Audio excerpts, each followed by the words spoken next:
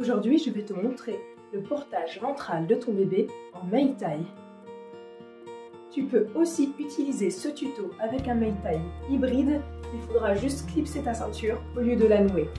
Tout d'abord, je vais régler la largeur du tablier pour mon bébé. Puis, je règle sa hauteur.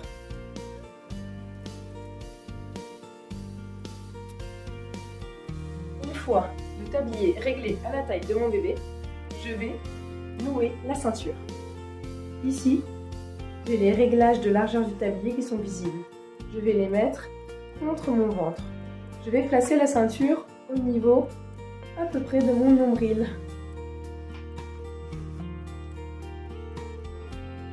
Comme c'est un Maytag classique, je vais faire un double nœud.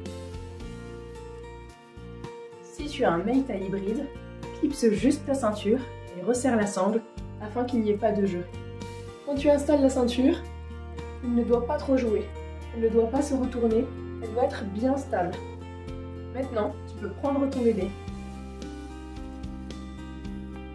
Tu as ton bébé, tu vas le mettre contre toi, face à toi. Je ne l'installe pas sur la ceinture, mais un peu plus bas.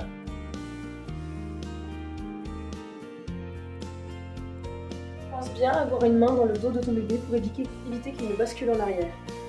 Mon astuce est de mettre tout l'avant-bras dans le dos de bébé et de verrouiller une cuisse avec la main. Je vais remonter le tablier dans le dos de bébé. Bien à plat sur son dos, et c'est cette main qui maintenant le soutient. J'attrape ici la jonction de la bretelle avec le tablier et je tire. Cette main maintenant maintient mon bébé et je vais faire la même chose avec l'autre bretelle. Maintenant que je tiens les deux bretelles, c'est la tension dans les bretelles du Maytag qui vont maintenir mon bébé. Je place une bretelle dans mon dos et je tiens tout le temps mon bébé. Lorsque je place la bretelle sur mon dos, je place, vous voyez, mon coude sur son dos, délicatement, et je viens le tenir. De même de l'autre côté. Il ne faut jamais lâcher son bébé pendant toute l'installation. Toujours une main sur son enfant pour éviter tout risque de chute. Maintenant, je place les mains de mon bébé à proximité de son visage, s'il est encore petit. Pour les bébés plus grands, ils placeront leurs mains où ils le souhaitent. Je vais maintenant chercher dans mon dos la bretelle de l'épaule opposée. Ma main frôle mon dos et je vais la chercher. J'attrape le premier roulet que je trouve et je tire. Ensuite, j'attrape le roulet du bas et je tire également. Puis au centre. Je bloque toute la tension. Je vais effectuer la même chose sur l'autre épaule.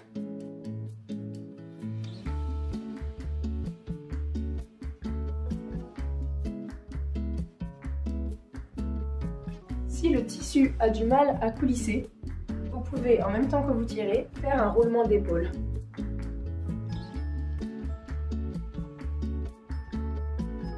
Je fais un léger serrage pli par pli de tout le pan afin de bien répartir la tension et de bien répartir tout le poids dans le dos.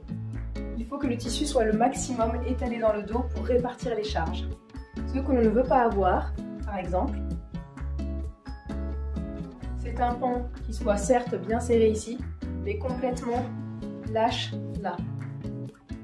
Ça peut être pratique pour la liberté de mouvement, mais ce n'est pas très confortable sur la durée. Je passe ensuite les bretelles au creux des genoux de mon enfant. Je viens croiser sous ses fesses. Vous voyez, je passe sur les genoux de chaque côté. Je croise sous les fesses et quand je croise, forcément, je change les pans de main.